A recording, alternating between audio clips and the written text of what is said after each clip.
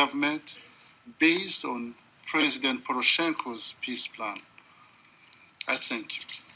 I resume now my function as President of the Council. Under Rule 37, I give the floor to His Excellency Minister Frans Timmermans, Minister of Foreign Affairs of the Kingdom of the Netherlands. Sir, you have the floor.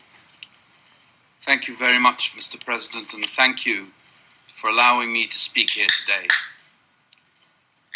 We're here to discuss a tragedy, the downing of a commercial airliner and the death of 298 innocent people. Men, women, and a staggering number of children lost their lives on their way to their holiday destinations, their homes, loved ones, or international obligations, such as an important HIV/AIDS conference in Australia. Since Thursday, I've been thinking, how horrible must have been the final moments of their lives when they knew the plane was going down. Did they lock hands with their loved ones? Did they hold their children close to their hearts?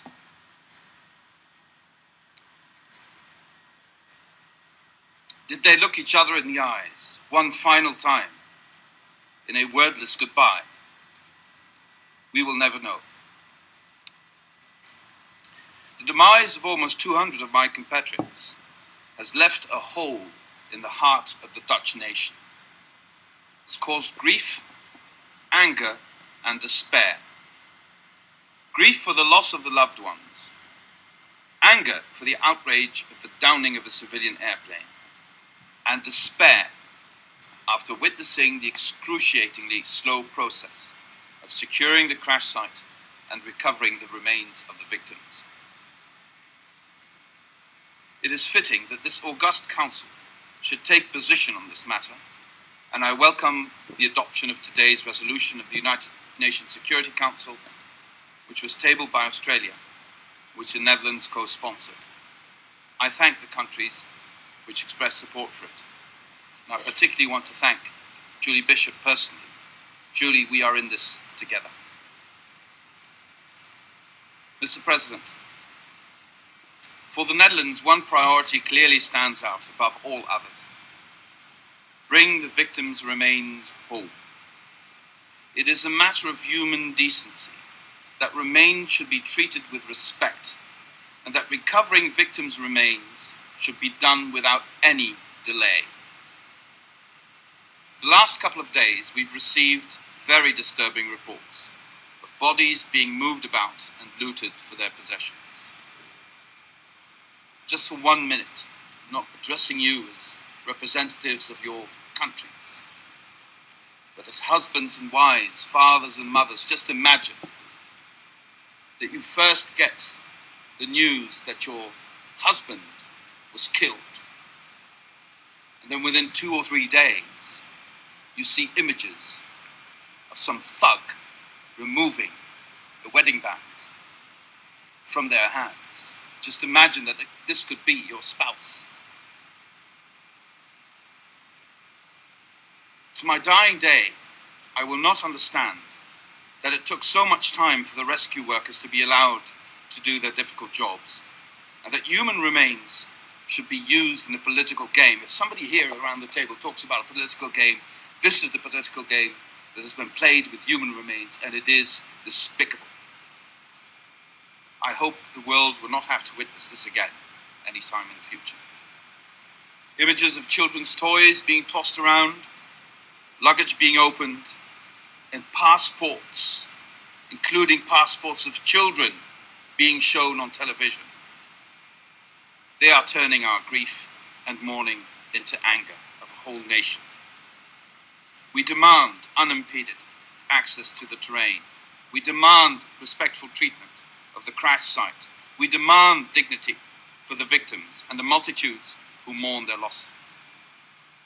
I call on the international community, on this Security Council, on anyone with influence on the situation on the ground. Allow us to bring the victims' remains home to their loved ones without any further delay. They deserve to be home. As we are currently taking the lead in the forensic examination of the human remains, I pledge that the Netherlands will do its utmost to make sure that all remains will be identified and returned home, wherever that home may be. We will work intensively with all countries and international organizations involved to make this happen as soon as possible. Mr. President, I also welcome the setting up of a proper investigation into the cause of the tragedy of MH17, as envisaged in today's resolution.